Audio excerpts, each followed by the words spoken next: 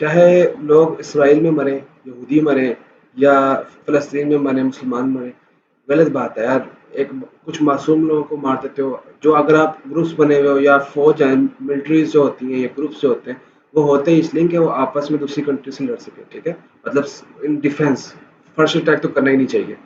लेकिन अगर आप इनोसेंट लोगों को मारे हो, चाहे वो मुस्लिम्स मारे नॉन मुस्लिम्स को या नॉन मुस्लिम्स मारे मुस्लिम्स को, वो गलत है। जनाब, मैं हूँ डायरेक्टर फ्रॉम पाकिस्तान से हाजिर। आज हम डेट करने जा रहे हैं वाई ईरान अटैक इसराइल। आजकल हम न्यूज़ में सुन रहे हैं कि ईरान ने इसराइल पर अटैक कर दिया है। तो क्यों किया है, वजह नहीं पता। फिर इसराइल का भी जो अभी हमला आया है ईरान के ऊपर, उसने भी हमला कर दिया है। तो एक यूट्यूबर है अभी न्यू, आज हम इनकी वीडियो पे रिएक्ट करने जा रहे हैं कि ऐसा क्या हुआ कि ईरान ने इसराइल पे हमला कर दिया या फिर और इसराइल ने ईरान पे हमला कर दिया। चलें देखते हैं। इसराइल पर अटैक हुआ है फिर से, और इस बार अटैक किसी टेरर आउटफिट ने नहीं, ईरान ने किया। 13 अप्रैल 2024 को 300 से ज्यादा रॉकेट्स और ड्रोन्स इसराइल पर छोड़े गए और इसकी रिस्पॉन्सिबिलिटी ईरान ने ली। ये अटैक्स 3 रीजंस के लिए काफी इंटरेस्टिंग है। रीजन नंबर 1, 99% रॉकेट्स इंटरसेप्ट हुए। रीजन नंबर 2, इससे इसराइल को नुकसान नहीं बिलियंस ऑफ डॉलर्स का फायदा होगा। और रीजन नंबर 3, ईरान को भी पता था कि ये रॉकेट्स फेल होंगे, फिर भी उन्होंने अटैक करना सही समझा। तो हो क्या रहा है, ईरान ने ये अटैक क्यों किया? आज हम कुछ पॉसिबल रीजन समझने की कोशिश करेंगे। आपको सुनकर विश्वास नहीं होगा, लेकिन एक जमाने में ईरान और इजराइल दोनों दोस्त हुआ करते थे। इजराइल में आने वाला ज्यादातर ऑयल ईरान से आता था और ईरान वेपन्स इजराइल से खरीदता था। लेकिन ऐसा क्या हुआ जिनसे दो देशों के बीच संबंध बिगड़ गए? क्या ये इवेंट वर्ल्ड वॉर 3 की शुरुआत है या फिर वर्ल्ड वॉर 3 ऑलरेडी शुरू हो चुकी है? हम बस मान नहीं रहे हैं। चलिए समझते हैं आज के इस वीडियो में।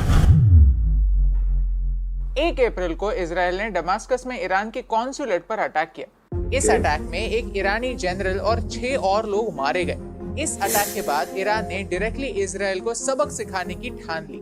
इसे ऑपरेशन ट्रू प्रॉमिस नाम भी दिया। इस अटैक के बाद ईरान ने सीधा अमेरिका कॉल लगाया और उन्हें बताया कि इसके अगेंस्ट हम रिटेलिएट करेंगे जरूर। ये खबर बाहर निकलनी नहीं चाहिए थी, लेकिन अमेरिका इजराइल का एलाय है और ये खबर लीक हो ही गई।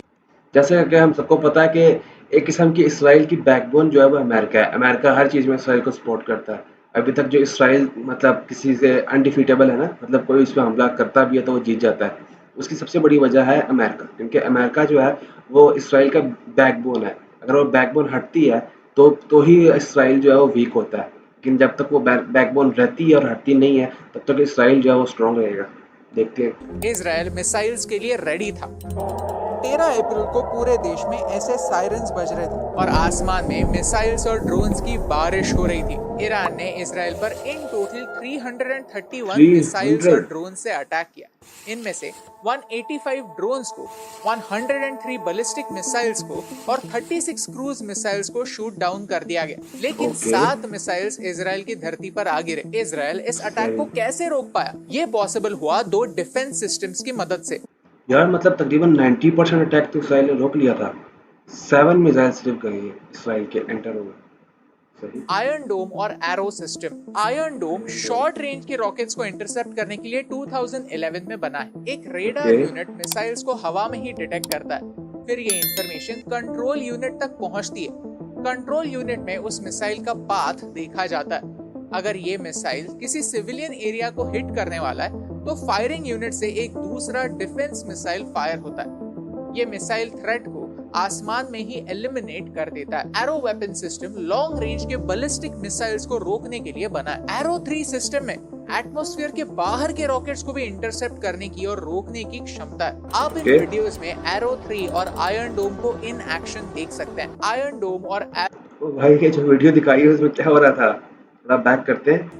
एटमॉस्फेयर के बाहर के रॉकेट्स को भी इंटरसेप्ट करने की और रोकने की क्षमता है। आप इन वीडियोस में एरो 3 ओके, जो उसका सेल्फ डिफेंस सिस्टम है वो वर्क कर रहा है। मतलब अगर वो मिसाइल ऊपर से आ रहे हैं तो उसको रोकने के लिए नीचे से मिसाइल जाते हैं, उनको ब्लास्ट कर देना ताकि वो अपने टारगेट तक ना पहुंच सके। ओके। और आयरन डोम को इन आयरन एक्शन डोम देख सकते हैं। आयरन डोम और एरो के अलावा इजराइल के पास डेविड स्लिंग, पेट्रियट और आयरन बीम सिस्टम भी है। ये आयरन बीम लेजर की मदद से मिसाइल्स को रोक सकता है। इसराइल की एयर डिफेंस सिस्टम दुनिया की सबसे बेस्ट डिफेंस सिस्टम्स में से एक है और ये ईरान जानता है। ईरान को पता था कि इसराइल पर होने वाला अटैक फेल ही होगा। उनकी डिफेंस सिस्टम सारे रॉकेट्स को, सारे ड्रोन्स को रोक ही लेगी। तो फिर ये अटैक करने की जरूरत थी। सही बात है, क्या जरूरत थी? हमारे रिसर्च में 4 कोर रीजन सामने आए जो 1 बाय 1 हम आपको समझाएंगे। सबसे पहला रीजन है रिटेलिएशन। ईरान के दुनिया के अलग अलग देशों के साथ पंगे हैं। उन्होंने पाकिस्तान पर भी इस साल अटैक किया था। उनके सऊदी अरेबिया के साथ कॉन्फ्लिक्ट बरसों से चले आ रहे हैं। आज जैसे इजराइल ने उनके जनरल को एयर स्ट्राइक से मारा था, 2020 में अमेरिका ने भी वैसे ही किया था और कसीम सोलेमानी को ड्रोन की मदद से मारा था। इसके बाद ईरान चुप नहीं बैठा। 7 अक्टूबर को हमास के अटैक के बाद ईरान ने यूएस फोर्सेस पर 150 बार हमला किया है। इसराइल पर अटैक फेल होगा ये ईरान को पता था, मतलब उनके पॉलिटिकल लीडर्स को पता था, लेकिन फिर भी वहाँ के लोग इस अटैक को सेलिब्रेट कर रहे हैं, पटाखे जला रहे हैं, रैलीज निकाल रहे हैं, क्योंकि उनके लिए ये फेलियर नहीं है। हर बार उन्होंने रिटेलिएट इस एक शब्द का इस्तेमाल किया है, क्योंकि ईरान इस अटैक से एक बात को हाईलाइट करना चाहता है कि पहला अटैक इसराइल ने किया था। 7 अक्टूबर के अटैक्स में इसराइल में 1200 लोगों की जान गई, whereas गाजा में इसराइल। एक बात तो मैं बोलना चाहूंगा वीडियो रोक के कि इसराइल जो बेगुनाह लोगों को मारा है वो यार वो तो गलत है, क्योंकि मारना नहीं चाहिए। कि अगर अगर आपका मसला किसी ऐसी कम्युनिटी से या किसी ऐसे ग्रुप से है जो फैला रहा है, मतलब दहशत फैला रहा है, तो आप उसको कंट्रोल करो, उस पर एक्शन लो, ना कि अपने हत्या बंदों पे जिनके पास कुछ नहीं है, मासूम लोगों पे आप मिसाइल फेंक को उनको मार दो। 33,000 पैलेस्टीन मर चुके हैं इस वक्त तक, शहीद हो चुके हैं। गलत बात है। की वजह से 33,000 लोग मारे गए। इजराइल पर अटैक करना इन सारी बातों का रिटेलिएशन लगता है और इसीलिए ये लोग सेलिब्रेट कर रहे हैं। दूसरा रीजन है एक्सेस ऑफ रेजिस्टेंस। ये अटैक इजराइल पर ईरान का पहला डायरेक्ट अटैक था, लेकिन इसका मतलब ये नहीं है कि ईरान ने इजराइल के अगेंस्ट कभी कोई एक्शन ली ही नहीं। इजराइल के साथ ईरान वॉर तो लड़ता है, लेकिन प्रॉक्सीज के थ्रू। गाजा में हमास, लेबनान में हिजबुल्लाह, यमन में हूती, सीरिया और इराक में। ओके, ये मुझे न्यूज़ सुनने को मिली है कि ईरान जो प्रॉक्सी वार लड़ता है, ये Hamas, Hezbollah, Shia rebels and Houthi जो हैं, ये सारे ईरान के हैं, मतलब ईरान से गए हुए हैं, ईरान के बलबूते पे लड़ रहे हैं। ओके, कुछ शिया ग्रुप्स ईरान से ऑर्डर्स लेते हैं। इस नेटवर्क को एक्सेस ऑफ रेजिस्टेंस कहते हैं। कभी सोचा है कि हमास के पास इजराइल से लड़ने के लिए इतना सारा पैसा और इतने सारे वेपन्स कहां से आते हैं? ईरान और इजराइल के कॉन्फ्लिक्ट में एक बात काफी खास है कि ईरान कभी भी इजराइल पर डायरेक्टली अटैक नहीं करता, छुप छुप के प्रॉक्सीज के थ्रू अटैक करता है। ये ऐसा पहला अटैक है जिसकी इतनी ओपनली रिस्पॉन्सिबिलिटी ईरान ने ली है। यूजुअली ईरान अपने नेटवर्क का इस्तेमाल इजराइल पर अटैक करने के लिए करता है। तीसरा रीजन है अमेरिका के लिए वार्निंग। कोई नहीं चाहता कि मिडिल ईस्ट में वॉर एस्केलेट हो। इस अटैक के बाद रशिया ने वार्निंग इशू की। पुतिन ने कहा, we will not sit and do nothing if Biden supports Israel. Iran ने बार बार इजराइल को लिटिल सेटन और अमेरिका को ग्रेट सेटन कहा है।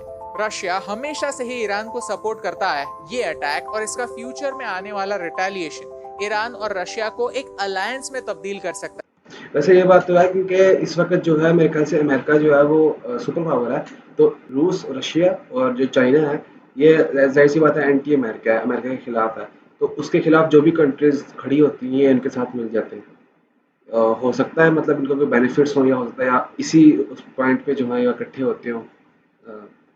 ऑलरेडी रशिया यूक्रेन कॉन्फ्लिक्ट में ईरान ने रशिया को वेपन सप्लाई किए हैं। अगर अमेरिका अटैक करता है तो रशिया भी इन्वॉल्व हो जाएगा, जो ईरान चाहता है। और चौथा और सबसे इम्पोर्टेंट रीजन है मुस्लिम वर्ल्ड की लीडरशिप। आपको सुनकर विश्वास नहीं होगा, लेकिन 1979 से पहले ईरान और इजराइल बहुत अच्छे खासे दोस्त हुआ करते थे। तब ईरान कुछ ऐसा दिखता था। रेजा शाह ईरान का राजा हुआ करता था। उन्होंने ईरान के सिस्टम में कुछ इम्पोर्टेंट रिफॉर्म्स लाए थे। और ओके, मतलब ये जो ईरान जो अब जो है वो इस तरह का नहीं था, पहले चेंज था।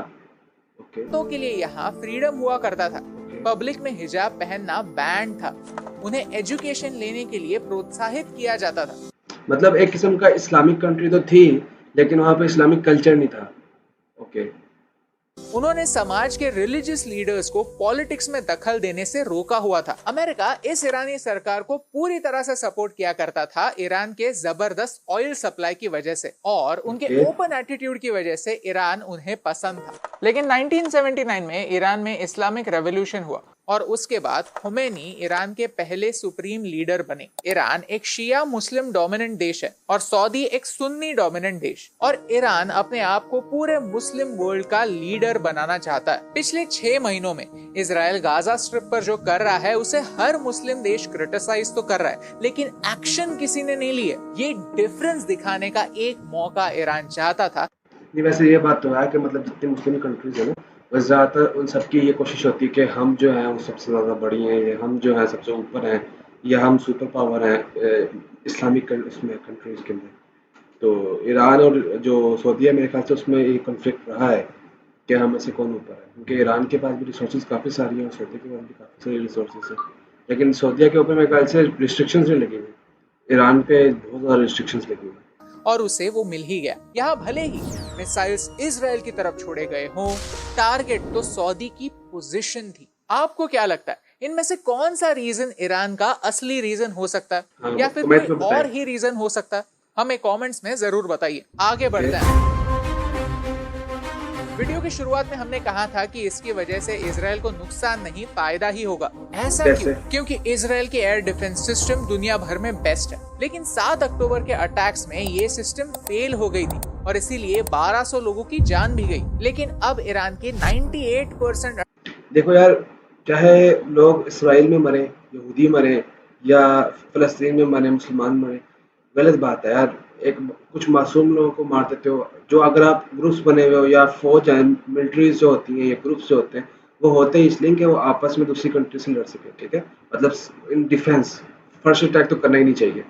लेकिन अगर आप इनोसेंट लोगों को मारे हो, चाहे वो मुस्लिम्स मारे नॉन मुस्लिम्स को, या नॉन मुस्लिम्स मारे मुस्लिम्स को, वो गलत है मेरी नज़र में। अटैक्स को इजराइल के एरो 3 सिस्टम ने इंटरसेप्ट किया। ये उनकी कैपेबिलिटीज का लाइव डेमो दुनिया को मिल गया। जर्मनी ने 4 बिलियन यूरो की डील इजराइल के साथ साइन की, जिससे जर्मनी खुद को रशिया के फ्यूचर अटैक से बचाना चाहता है। ये सिस्टम 2025 तक जर्मनी तक पहुंची जाएगी, लेकिन इस इंसिडेंट्स के थ्रू इजराइल ने अपनी कैपेबिलिटीज को वापस प्रूव कर दिया। इजराइल के लिए दूसरा फायदा ये है कि इसके थ्रू ये प्रूव हो गया कि ईरान डायरेक्टली भी अटैक कर सकता है। एक्सपर्ट्स मानते हैं कि ये इजराइल और अमेरिका के लिए एक अपॉर्चुनिटी है ईरान के न्यूक्लियर प्रोग्राम को डिस्ट्रॉय करने की। जुलाई 2015 में ईरान न्यूक्लियर अग्रीमेंट हुई थी, जिसमें ईरान ने प्रॉमिस किया था कि वो न्यूक्लियर पावर का इस्तेमाल सिर्फ पीसफुल पर्पस के लिए करेंगे, वेपन्स नहीं बना। वैसे यार अगर देखा जाए तो न्यूक्लियर पावर का जो इस्तेमाल है वो पीसफुल के लिए तो हो ही नहीं सकता। न्यूक्लियर पावर जो है जहाँ गिरती है वो चीज़ें तबाह कर देती है और कई सालों तक तबाह रहती है। मेरे ख्याल से 100 साल होता है या कोई लिमिट होती है, मतलब लिमिट तो नहीं कह सकते, मतलब एक टाइम ड्यूरेशन होता है, उस वक्त तक रहता है इसका इफेक्ट जो है। पीसफुल के लिए, पीस के लिए तो मेरे ख्याल से न्यूक्लियर वेपन्स का भी इस्तेमाल नहीं हो सकते।